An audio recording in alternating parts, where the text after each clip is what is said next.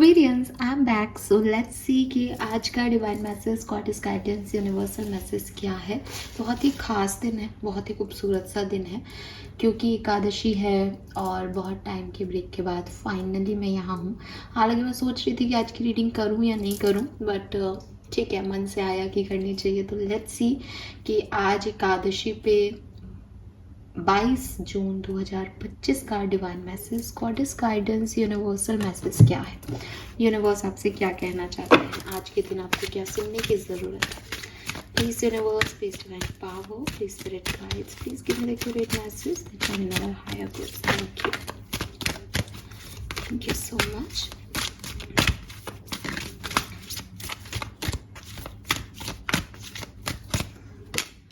Wow, we have transformation, be strong and infinite supply। आपको पता है मैं 2 ही कार्ड लेती हूँ, बट आज ये 3 कार्ड आपके लिए आए हैं तो बिल्कुल हम लेंगे। और काफ़ी खूबसूरत से कलर्स हैं यहाँ पे।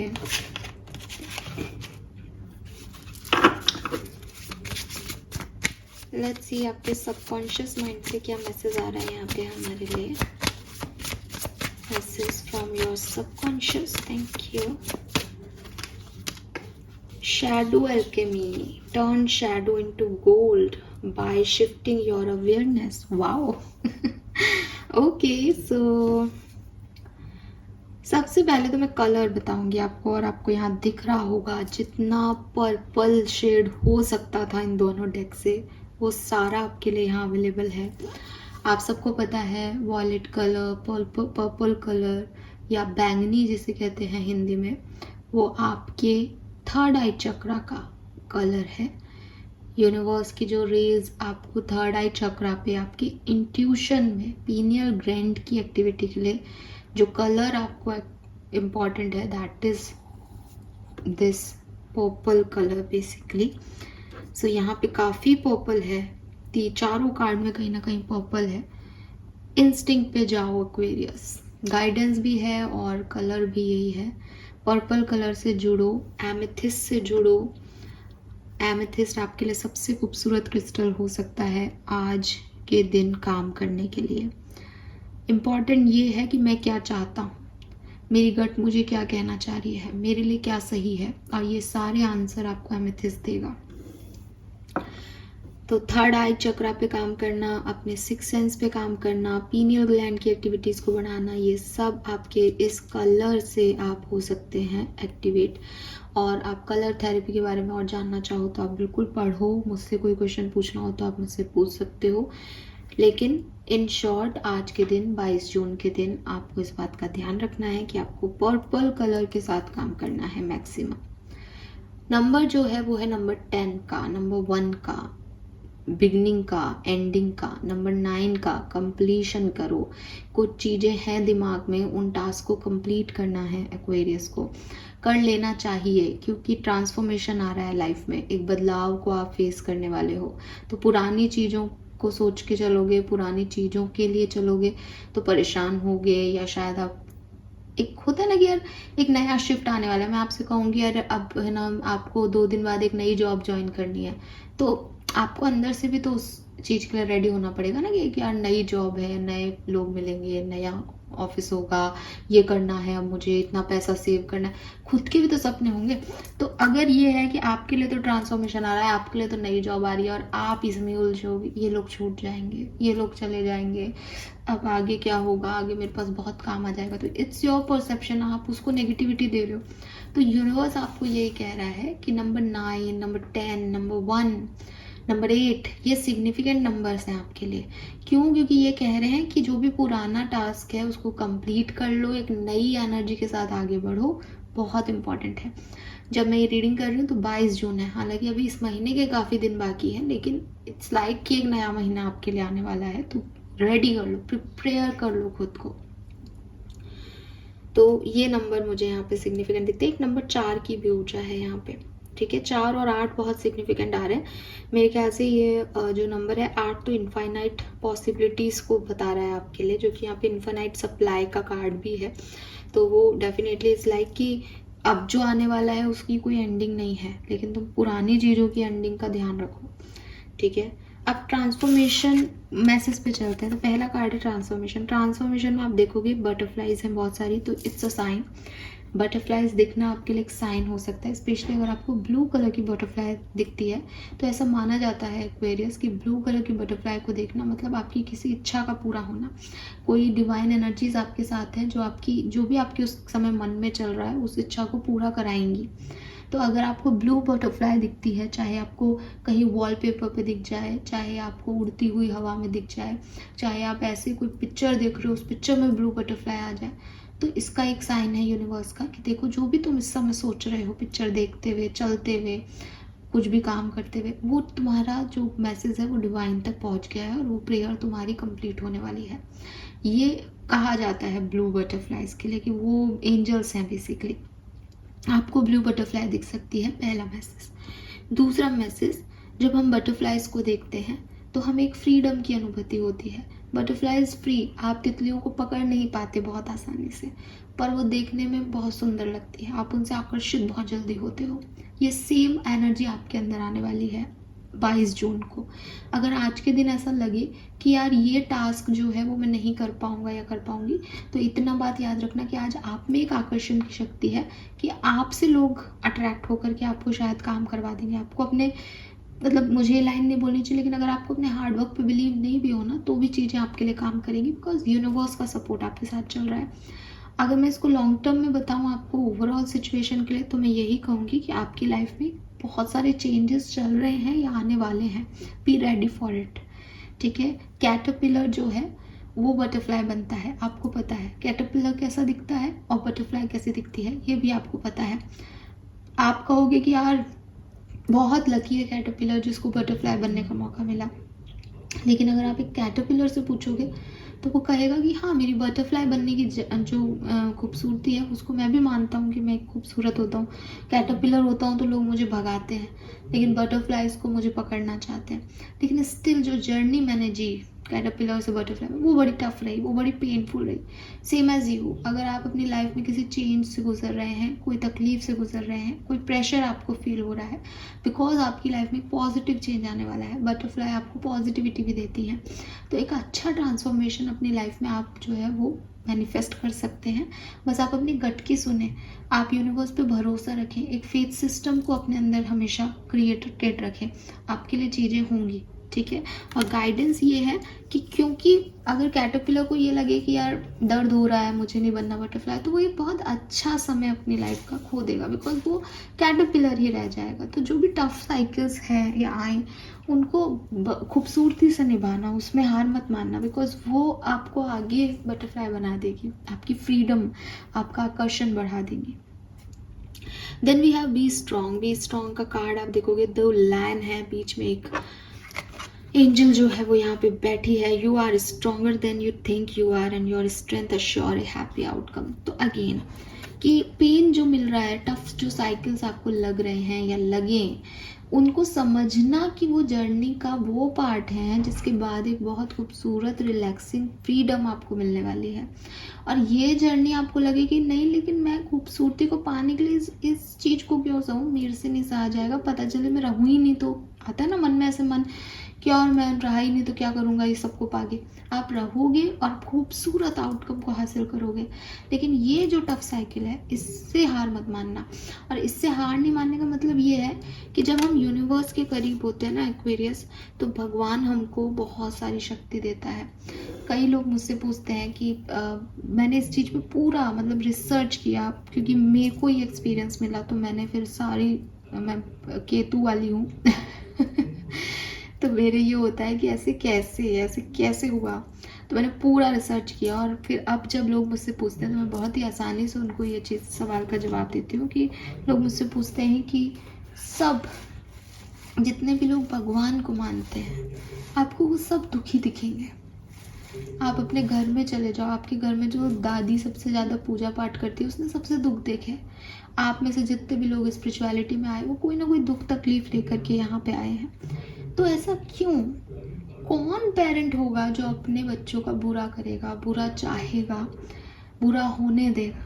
तो मैं उनसे एक ही बात कहती हूँ जो मैंने सारी कहानी से सीखी है और सारी जगह से पढ़ा के मैं ये बात कहती हूँ, वो ये कि आपके पेरेंट्स आपके साथ हों, ठीक है, उसका ये मतलब नहीं है कि वो आपके प्रारब्धों को बदल सकते हैं, ठीक है। स्पेशली वो पेरेंट, अच्छा पेरेंट कौन है जो अपने बच्चों के लिए कि भाई मैं गवर्नमेंट जॉब में हूँ तो मैं अपने बच्चे के लिए जो है जैक नहीं लगवा सकता, या मैं नहीं चाहता कि मेरी वजह से मेरा बच्चा आगे बढ़े। एक अच्छा पेरेंट ये होता है ना, ऐसे ईश्वर है। भगवान ये कभी नहीं कहते कि मैं तेरे कर्म जो है उसको टाल सकता हूँ या तेरे प्रारब्धों को टाल सकता हूँ। आप इस जन्म में उसके बहुत करीबी हो, लेकिन आपने पिछले जन्म में उसकी नहीं सेवा की, आपके प्रारब्धों के फल हैं। भगवान आपको वो शक्ति दे देंगे। अब वो कहेंगे मैं हूँ, तेरा टफ टाइम है, मुझे पता है, क्योंकि ये टफ टाइम में तेरा नहीं बदल सकता, ये तो लिख दिया, ये तो जैसे मैं नहीं लिख रहा, ये तो तेरे कर्म, तेरा प्रारब्ध लिख चुके हैं ऑलरेडी, लेकिन मैं पीछे बैकबोन की तरह खड़ा हूँ। तू अपना कर्म कर, तू कभी नहीं हारेगा, तू गिरेगा तो मैं उठा दूंगा, तू रोएगा तो मैं तेरे को चुप करा दूंगा, तेरी हर सिचुएशन में मैं तेरे साथ हूँ। तो भगवान में विश्वास या भगवान में आस्था आपका ज़िंदगी आसान नहीं करती, बल्कि आपके जो ख़राब समय है उसको लड़ने की ताकत आपको दे देती है। और माँ बाप भी यही कर रहे हैं, उन्हें नहीं पता कि आपकी किस्मत का क्या लिखा है, बस वो पीछे खड़े हो जाते हैं कि मैं हूँ ना, मैं संभाल लूँगा। तो ये फिलॉसफी है पेरेंट की और ईश्वर की। आप इसको ये नहीं समझे कि पापा मेरी किस्मत का दर्द ले लेंगे। जो आपके चोट लगी हुई वो आपका दर्द आपका है, पर पापा आपकी मरहम पट्टी कर देंगे, मम्मी आपको हल्दी वाला दूध दे देगी कि आपको पेन नहीं हो, वो आपके सर पे हाथ फेर लेंगे, आपके चारों तरफ चीज़ें बदल देंगे, लेकिन दर्द आपको मिला, इंजरी आपके हुई क्योंकि वो आपकी लिखी थी। भगवान भी ऐसे ही कि जो तुम्हारे कर्मों का फल है वो तो तुमको मिलेगा, उसको वो कैसे रोक सकते हैं। उनके लिए तो सभी बच्चे हैं, ठीक है। तो वो सिर्फ आपका प्रोटेक्शन, वो आपके साथ में खड़े हैं कि मैं तुम्हें वो स्ट्रेंथ दूंगा। तो प्रॉब्लम आए उसमें ये मत सोचना कि यार ये मेरे साथ नहीं है इसलिए मुझे प्रॉब्लम आई। प्रॉब्लम से लड़ नहीं पाओ तब उनसे कहना कि यार मैं तो, आप निकला ही नहीं, मैं तो इसमें हार मान गया, तब वो गलत। और आप हार कभी नहीं मानोगे अगर भगवान आपके साथ है तो। इसीलिए जितने भी लोग स्ट्रॉन्ग हैं वही लोग स्पिरिचुअलिटी में आते हैं। क्योंकि जो लोग स्ट्रांग नहीं वो तो फिर आपको पता है आत्महत्या कर लेते हैं, कुछ इधर उधर के काम करके ख़त्म हो जाते हैं। लेकिन जो लोग सहते हैं वही भगवान को ढूंढते हैं। इसका दूसरा एक एपिसोड ये हो सकता है कि मुझे परेशानी हुई तो मैंने ईश्वर को याद किया, ठीक है। बहुत कम ऐसे लोग मिलेंगे जिनको प्रॉब्लम बाद में होती हैं, वो ईश्वर के पहले करीबी होते हैं। ज़्यादातर लोग वही होते हैं जिनको पहले परेशानियाँ मिलती है फिर वो स्पिरिचुअलिटी में आते हैं। मैं पहली वाली हूँ, मैं पहले से ही थी, फिर मुझे प्रॉब्लम्स मिली। लेकिन द थिंग इज़ कि जो आपकी किस्मत में लिखा है भगवान उसको नहीं बदलते, भगवान आपको वो साहस और स्ट्रेंथ देते हैं। तो स्ट्रेंथ और साहस आपके अंदर कूट कूट के भरा है। आप ये तो डरना ही मत कि मैं नहीं कर पाऊँगा या कर पाऊँगी। आपके लिए हैप्पी आउटकम भी निश्चित है क्योंकि बहुत सह लिया होगा आपने अब तक। लेकिन कुछ भी पाने के लिए अपने आप को प्रूव आपको करना पड़ेगा। कर रहे हो तो बस एंडिंग पे हो, मैंने एंडिंग आपको बोला, ये 9-10 नंबर की एनर्जी है तो उससे घबराना मत। और नहीं कर रहे हो तो एंड करने की कोशिश करो क्योंकि आउटकम इस चीज़ का बहुत सुंदर आएगा। डोंट गिव अप एक्वेरियस, आपको गिव अप करना ही नहीं है, आप गिव अप कर ही नहीं सकते हो, ठीक है। जो भगवान में आस्था रखता है वो गिव अप नहीं कर सकता, वो उसको नहीं हारने देंगे। Then we have infinite supply. अगर आपको डर इस बात का है कि कैसे मेरी ज़िंदगी पार पड़ेगी, कैसे होगा सब कुछ, तो मुझे वो लाइनें याद आ रही हैं अभी अपनी इनर जर्नी में मैंने वो एक्चुअली वो भजन सुना और मुझे बहुत अच्छा लगा। वो हमेशा से ही अच्छा लगता था, बट होता है ना कि हम उलझ जाते हैं तो नहीं सुन पाते हैं। तो अभी पिछले 3 दिनों में मैंने उसको सुना तो बहुत अच्छा। और मैं भी आपको जैसे गाइडेंस में आज आपको ये रख के दे रही हूँ थाली में कि ये भजन आप सब सुनना अगर आप बहुत तकलीफ़ में हो तो, कि मेरा आपकी कृपा से हर काम हो रहा है, करते हो तुम कन्हैया मेरा नाम हो रहा है। तो करने वाले, रखने वाले, खराब समय देने वाले, अच्छा समय देने वाले सब वो है और आप उनके हो। तो बताओ क्या परेशानी है आपको? ये डर कैसा है कि मेरे घर में कैसे रोटी पकेगी, मेरे घर में कैसे पैसे आएंगे, मैं कैसे आगे बढ़ूंगा? वो है ना ध्यान रखने के लिए। जिसने आज तक संभाला है वो आगे कैसे नहीं संभालेंगे। चिड़िया का घोंसला बनाती है, वो चिड़िया ने हमारे यहाँ पे ऐसे ऊपर घोंसला बना रखा है, ऐसा लगता है जैसे गिर ना जाए यार ये बारिश और हवा में। पता नहीं कैसे टिका हुआ है, पता नहीं कैसे उसके बच्चे रहते हैं उस छोटे से घोंसले में, करती है बड़ा, रखती है, खाना लेके आती है। जब भगवान उस छोटी सी चिड़िया के लिए रख रहे हैं कि उसको चावल मिल जाए, वो अपने बच्चों को खिला पाए, वो उस छोटे से घोंसले को गिरने नहीं दे रहे, तो आपको और मेरे को परेशान होने देंगे अगर हम उन पर ट्रस्ट करें तो? प्रॉब्लम कहाँ आती है? प्रॉब्लम ये आती है कि ट्रस्ट नहीं कर रहे, दिखावा कर रहे हैं।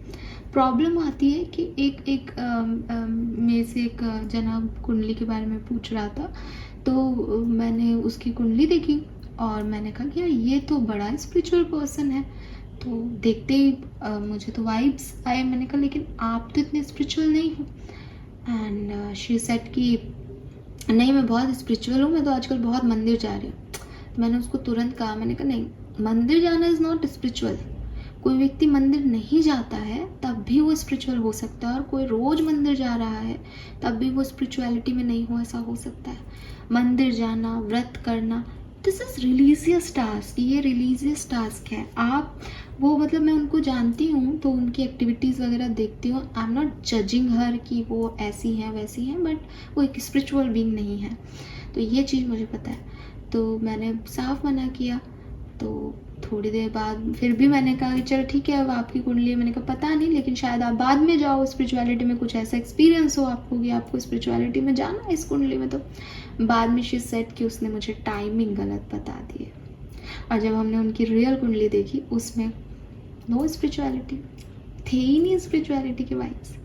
सो ये एक सिग्निफिकेंट चीज़ है कि भगवान को अगर आपको रखना है, भगवान आपको चूज़ कर रहे हैं, आप उनको चूज़ नहीं कर रहे हो, ठीक है। और जब वो आपको चूज़ कर लेते हैं तो वो आपको नहीं छोड़ेंगे। तो आप दिखावा कर रहे हो भगवान के करीब होने का, उन लोगों के लिए मैं बात नहीं कर रही, लेकिन जिनको भगवान ने चूज़ किया है, जो चूज़न वन है, उन लोगों के साथ कोई प्रॉब्लम नहीं है।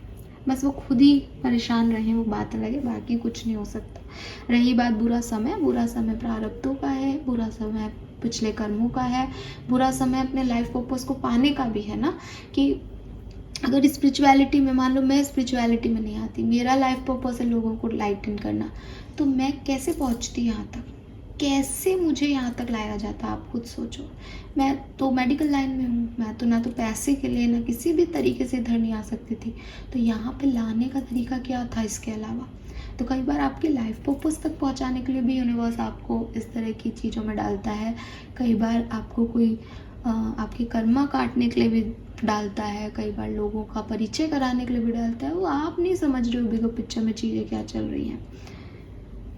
And final we have shadow alchemy, turn shadow into gold by shifting your awareness। तो इम्पॉर्टेंट क्या है कि आप अपनी शैडो सेल्फ को हील करें और देखें कि आप कितने ब्लेस्ड हैं। पॉजिटिविटी पे ध्यान दें। गिलास आधा भरा है एक्वेरियस, आधा खाली नहीं है, ये हमेशा ध्यान रखें। आपके अंदर वो पावर है कि आप अपने पेन को स्ट्रेंथ में कन्वर्ट कर सकते हो, आप शैडो को गोल्ड में कन्वर्ट कर सकते हो। इट्स अप टू यू, ये आपके अंदर है क्वालिटी, लेकिन इसके लिए आपको जैसे अपने आप को एक रीबर्थ देना होगा। मैंने बिगनिंग में कहा नंबर 10 कंप्लीशन, फिर एक से कहानी शुरू होगी, एक new beginning, it's a rebirth.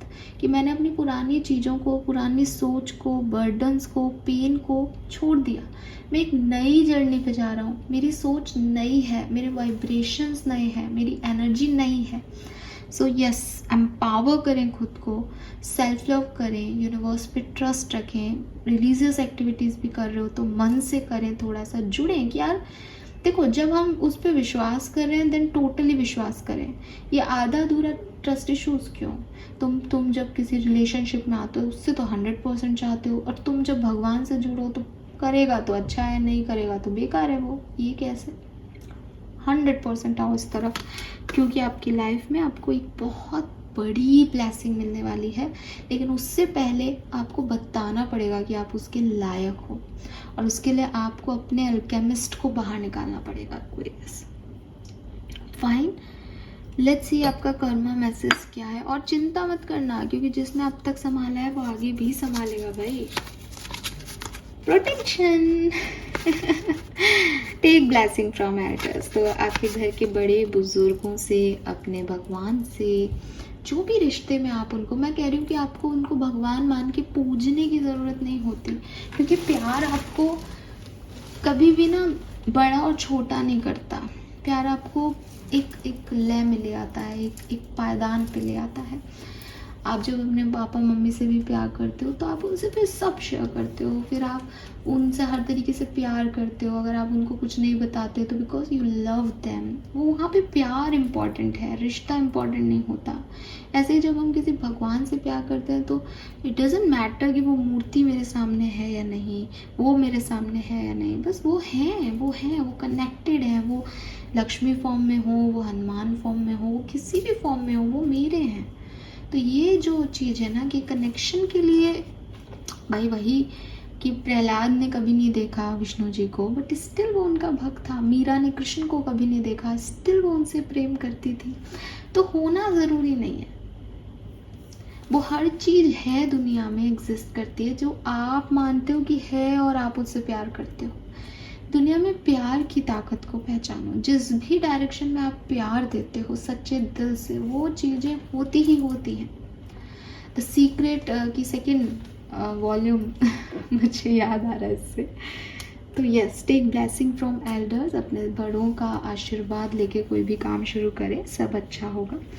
This is all for you guys, hope ये आपसे रेजोनेट होगा। चैनल को लाइक और सब्सक्राइब कीजिएगा। Bye bye.